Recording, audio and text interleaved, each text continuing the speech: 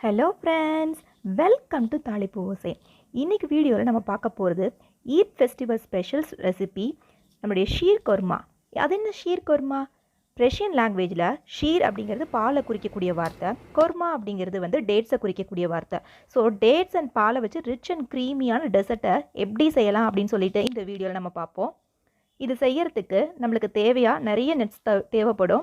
நட்ஸுக்கு நான் என்னென்ன எடுத்துகிட்ருக்கேன் அப்படின்னா, சாரப்பருப்பு, பாதாம், முந்திரி, திராட்சை, டேட்ஸும் எடுத்துகிட்ருக்கேன். எல்லாமே 2 டேபிள் ஸ்பூன் எடுத்திருக்கேன். முந்திரி மட்டும் நல்லா ஒரு 15 முந்திரி எடுத்திருக்கேன், முழு முந்திரியாக பார்த்து. டேட்ஸ் வந்து ஒரு 6லேருந்து 7 டேட்ஸ் எடுத்திருக்கேன். அதை சீட்ஸ் எல்லாம் ரிமூவ் பண்ணிவிட்டு எடுத்து வச்சுருக்கேன்.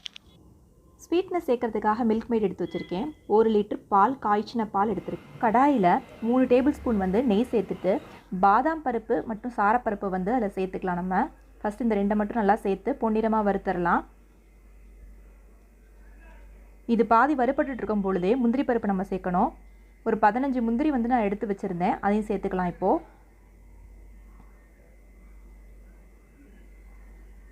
இப்போது டேட் சேர்த்துக்கலாம். இதையும் சேர்த்து நல்லா பொன்னிறமாக வறுத்தரலாம். எல்லாமே மீடியம் ஃப்ளேமில் வச்சு செய்யுங்க. கடைசியாக வந்து திராட்சையை சேர்த்துக்கலாம். எல்லாமே ஒரு பொன்னிறமான ஸ்டேஜுக்கு வந்ததுக்கப்புறம் நம்ம வந்து வேறு ஒரு பிளேட்டுக்கு வந்து நம்ம சேஞ்ச் பண்ணிக்கலாம். எதுவுமே கரிஞ்சிடக்கூடாது. நெக்ஸ்ட்டு சேமியா வறுத்துக்கணும் இதே நெய்யில். இதுவும் ஓரளவு கலர் சேஞ்ச் ஆகி ரோஸ்ட் ஆனதுக்கப்புறம் நம்ம ஒரு வேறு பிளேட்டுக்கு மாற்றிடலாம். இதை அடுப்பில் பால் வச்சுருக்கேன். ஆல்ரெடி காய்ச்சின பால் தான். காய்ச்சின பாலில் லைட்டாக பாயில்னஸ் வர வரைக்கும் வெயிட் பண்ணிவிட்டு ஓரளவுக்கு லைட்டாக கொதி வந்தோம், சூடு ஏறினதும் சேமியாவை நம்ம சேர்த்துடலாம். சேமியா வேக நம்மளுக்கே தெரியும், 2 நிமிஷம் தாராளமாக போதும். சேமியா வெந்துருச்சு.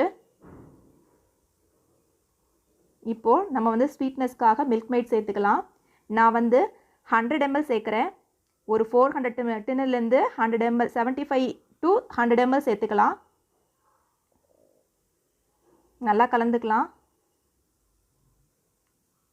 லைட்டாக கொதிச்சதுக்கப்புறம் நட்ஸ் எல்லாத்தையுமே சேர்த்துக்கலாம்.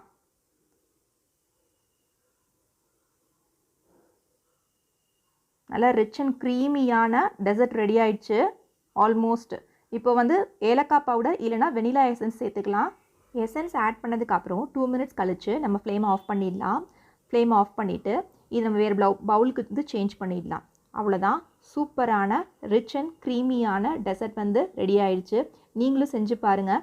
இந்த வீடியோ உங்களுக்கு பிடிச்சிருந்துச்சுன்னா உங்கள் ஃப்ரெண்ட்ஸ் அண்ட் ஃபேமிலிக்கு ஷேர் பண்ணுங்கள். அனைவருக்கும் Eid Mubarak wishes. Thanks for வாட்சிங்.